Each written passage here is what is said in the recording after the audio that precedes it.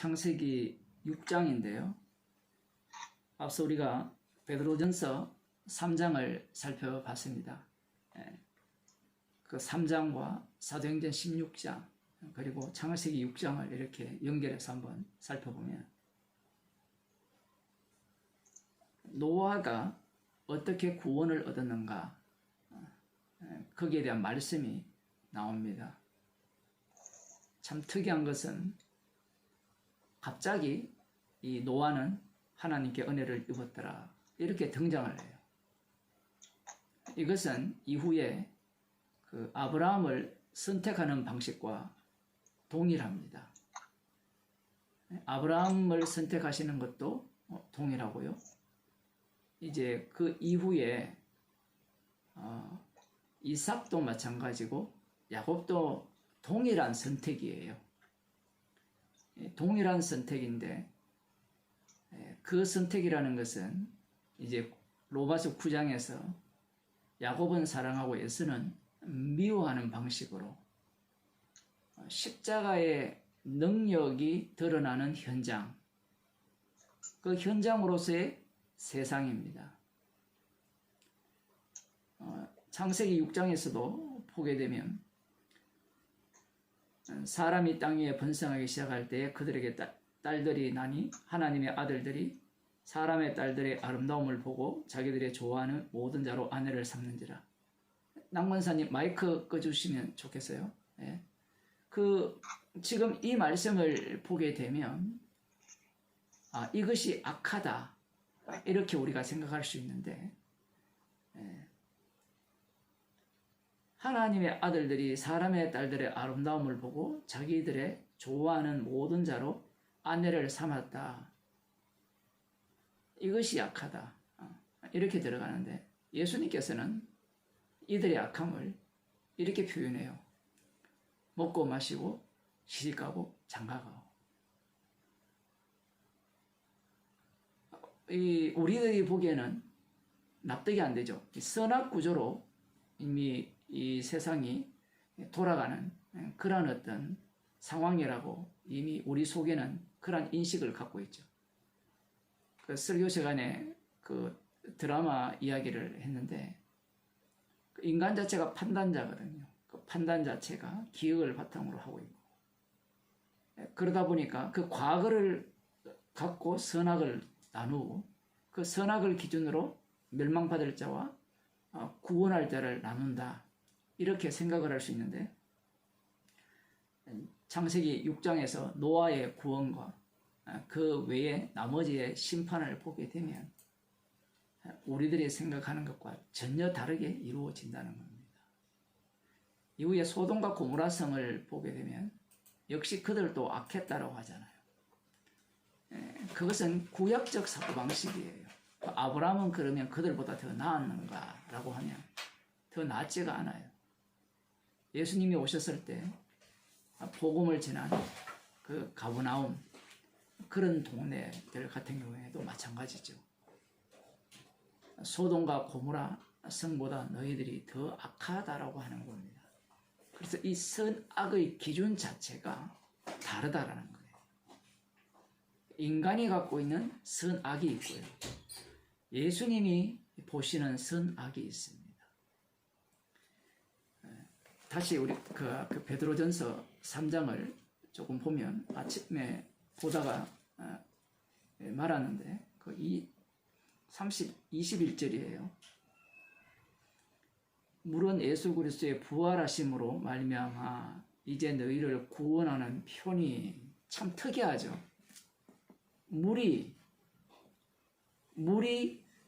무엇이다? 예수 그리스도의 부활하심으로 말미암아 이제 너희를 구원하는 편이 심판이 구원하는 표다 이렇게 들어가요. 물은 심판이죠. 심판은 십자가 사건입니다. 접근법이 너무나 달라요. 차라리 방주는 너희를 구원하는 편이 이렇게 기록하면 얼마나 이해하기 쉽습니까? 그죠? 그게 우리들이 갖고 있는 인식 구조잖아요. 그런데 여기에 보면 물은 예수 그리스도의 부활하심으로 말미암아 이제 너희를 구원하는 편이 이렇게 말씀하는 거예요. 그러니까 우리들이 접근하는 것과 너무 다르죠. 그러면서 이렇게 말씀합니다. 곧 세례라. 세례라는 것은 그리스도의 할례를 말씀하는데 주님과 함께 죽고 사는, 그러니까 우리의 항상 무게중심은 사는 데 두잖아요. 그런데 성경은 여기에 보면 물이 너희를 구원하는 표라 하잖아요. 그 죽음에 이 무게중심이 가 있습니다. 십자가에서 생명이 나오기 때문에 그래요. 하나님의 아들의 죽음에서 생명이 나오기 때문에 지금 이 말씀을 하시는 거고요. 그 다음 나오는 세례라. 육체의 더러운 것을 제하여 버림이 아니요 오직 선한 양심이 하나님을 향하여 찾아가는 것이라. 이 말씀이 모든 인간들을 헷갈리게 만들어버리죠. 여기에 보면 선한 양심 이렇게 나옵니다. 로마서에도 양심이라는 단어가 나오죠. 그 양심이라는 것은 헬라어 단어 자체가 판단한다라는 내용을 담고 있어요. 그 양심이 있다는 것은 판단하는 겁니다. 그런데 여기에서 말하는 선한 양심과 인간이 갖고 있는 인간이 담고 있다라고 하는 선한 양심이 다른 이야기예요.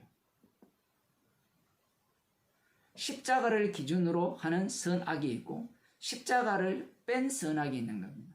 여기에서 보면 특이한 게 이거죠. 오직 선한 양심이 고전에 보면 세례라고 해놓고 세례를 받으면 깨끗하게 씻겼다라는 거잖아요. 맞죠? 너희 죄가 주홍같이 붉을지라도 양털같이 희게 되리라.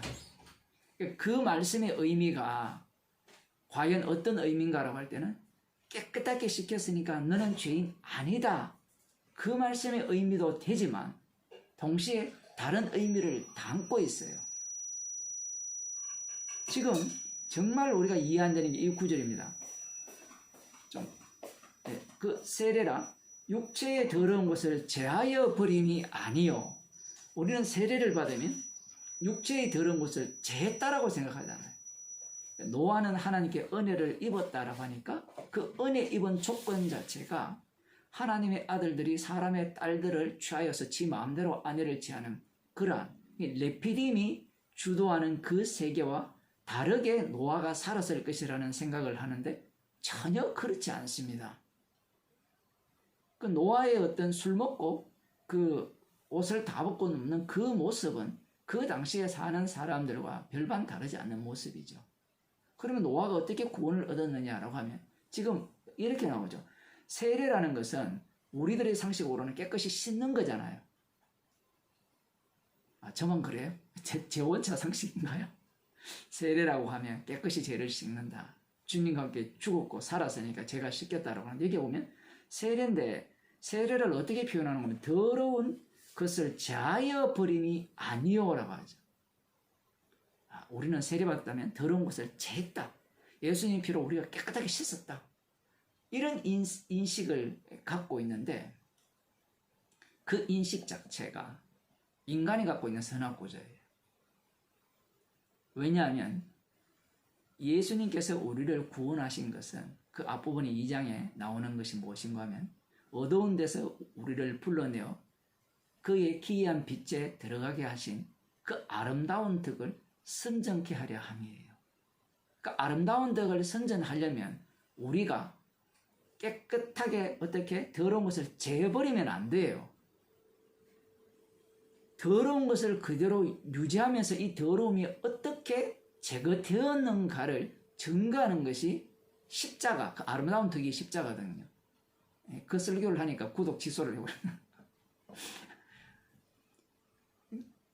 자기 구원 중심, 그 천국 중심을 이야기하면 좋아하는데 아름다운 덕, 십자가를 증거하기 위한 죄인이 되는 그러한 삶으로 우리를 이끈다라고 하면 불쾌한 거죠. 지금 베드로전서 그 얘기를 하고 있거든요. 세례라는 것은 더러운 것을 제함이 아니고 버림이 아니고 오직 선한 양심이 하나님을 향하여 찾아가는 것이라. 선한 양심이라고 하면 우리 속에 있는 선한 양심, 우리 속에는 선한 양심이 없어요. 인간이 갖고 있는 선한 양심은 결국은 아담이 선악과를 따먹은 그 선악 구조뿐이에요. 이것은 성령께서 주신 선악입니다. 그게 선한 양심이죠. 하나님을 향하여 찾아가는 것이라 라고 하면 우리 성도 자체가 십자가를 전가하는 죄인의 모습으로 계속해서 살아가는 겁니다. 여기에서는 찾아간다라고 이야기를 하지만 예수님께서는 땅끝까지 이르러 정의 되리라고 말씀하시고 네가 젊어서는 띠띠고 원하는 곳으로 다녔지만 이제부터는 원치 않는 곳으로 갈 것이라 그렇게 말씀을 하시는 겁니다. 그러니까 성도의 몸 자체가 십자가를 전가하는 몸이라는 겁니다.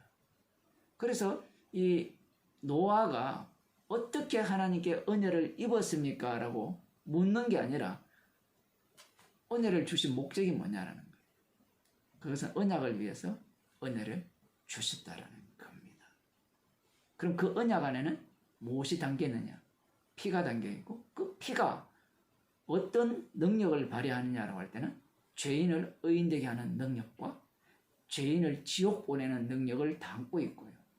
그 죄인을 의인되게 한 그 노아는 언약을 전가하는 인생이 되는 겁니다. 그래서 노아의 입에서 뭐가 나옵니까?